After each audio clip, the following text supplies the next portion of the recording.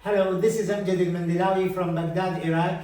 Today we are going to present a case that has significant angina but with intermediate lesion in the LAD. Our cardiology fellow, Dr. Ali Hussein, a third final year of cardiology, is going to operate the case, so now he's going to present the case. Yes, thank you, Samjad. 66-year-old female, diabetic, hypertensive, hyperlipidemia, and obese. Complain of recurrent attacks of chest pain that is central, radiated to the right and the left shoulder. These symptoms persisted for 1 year. She did coronary angio last year that showed mid-LID intermediate lesion and was treated medically without intervention, without stenting. In the last month, she had recurrent attacks of chest pain and was brought to our cath lab for intervention or We decided from the beginning that if the lesion is the same, that we do some physiological testing. assessment. That's why we are going to do angiography and then see what to do next. The system we are going to use is new to our center. It is catheter-based, microcatheter-based physiological testing and not wire-based. Okay? Shall we go for the case? Okay. Okay. Yeah. Stop. Okay, we started the case of LAD intermediate lesion in a patient with significant angina on minimal exertion. The angiography that was done 1 year ago, nearly we have the same lesion. Show us the lesion. Yeah, next. Okay, it is after a large diagonal, mid-LAD, around 50% stenosis. So we are going to do some physiological study, the FFR. The system that we are using is a catheter-based FFR, microcatheter-based FFR called True Physio. This is the microcatheter inside its console. We have to flush it first, around 20 cc saline, 10 or 20.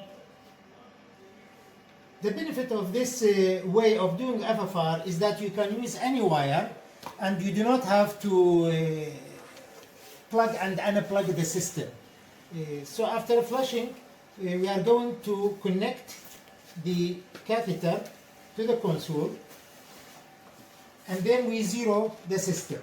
Preferably both the aortic transducer and the catheter be at the same position, and you know it has to be at the mid-axillary line, don't move it. Okay, let's zero both the aorta and the catheter port. Okay.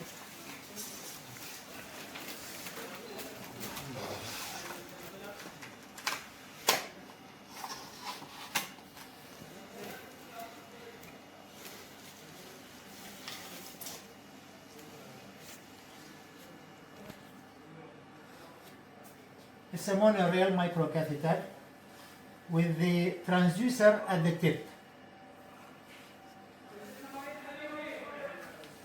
We are using BMW wire for the LAD and we threaded the microcatheter over the wire.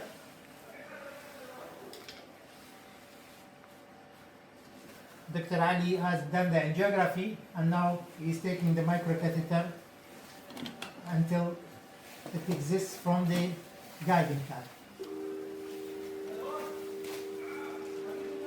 Okay, stop here. You see me? See me? Okay, that's it. So the microcatheter has two radio opaque markers and the transducer is between them, around 3 mm between the two markers. Now we are outside the catheter. We are going to equalize both the aorta and the microcatheter pressure. That is the distal and the proximal. Equalize. It has to be both waveforms should overlap and should be the same, with equalization being one distal and aorta. So now it is one and it's okay.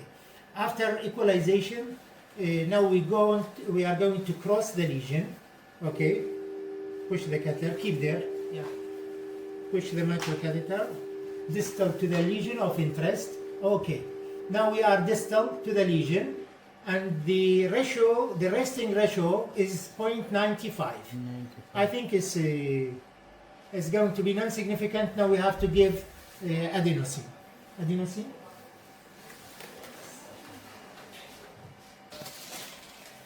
So we are going to give the first injection around 60 microgram for the LED. Once we give the injection, we give a rapid flush after that, and then we go for record. Record.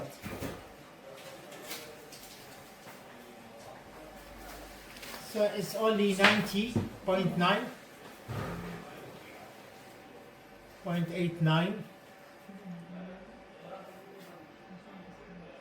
اكو ضيق نفس شي تحسين؟ اي ما يخاف، هاي من عندنا، لا تخاف، لا تقلقون. We tell the patient about the effect of adenosine that might cause some dyspnea or even, so it's okay.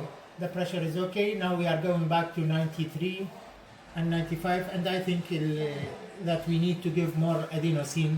The next dose is going to be 120 microgram. Now we are going to use the dose of 120 microgram.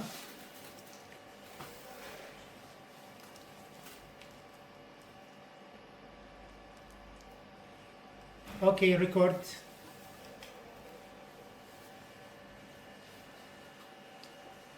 Still, let's wait for 10-20 seconds.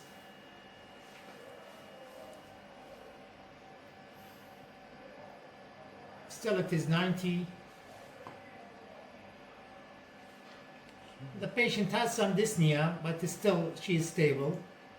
So about 120 microgram has no effect, and the FFR still is not significant. So now we are going to give a larger dose, about 180 microgram. The patient body weight is 115. So 180 microgram, let's flush and record. Okay.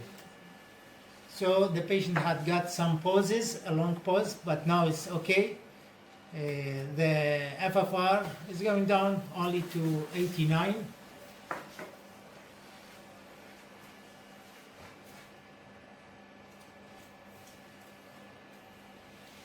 So still it's non-significant.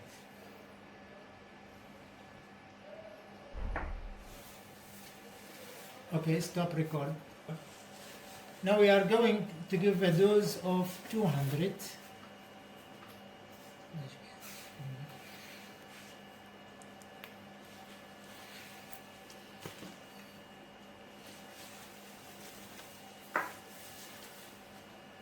Record and pull back. Pause.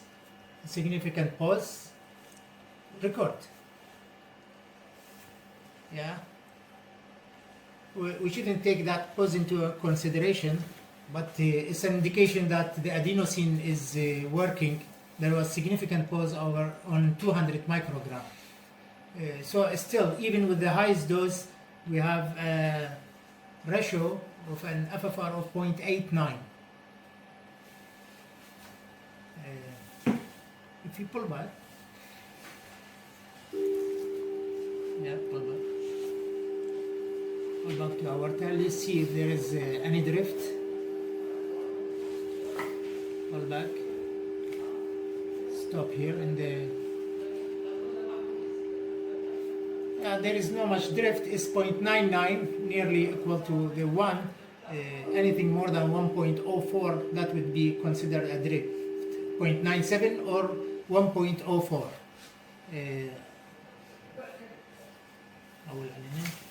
So if we depend on physiological testing, this is non-significant, and we have to explain for the patient that the chest pain is not due to this epicardial stenosis. Possibly there are some microvascular channel, microvascular dysfunction, or another cause for this patient chest pain. We would like to thank Dr. Ali Hussein, our first assistant, the cardiology fellow, and Maha, nurse assistant, Ismail, the radiologist, and the FFR, the technician, and the photographer Muhammad. And thank you.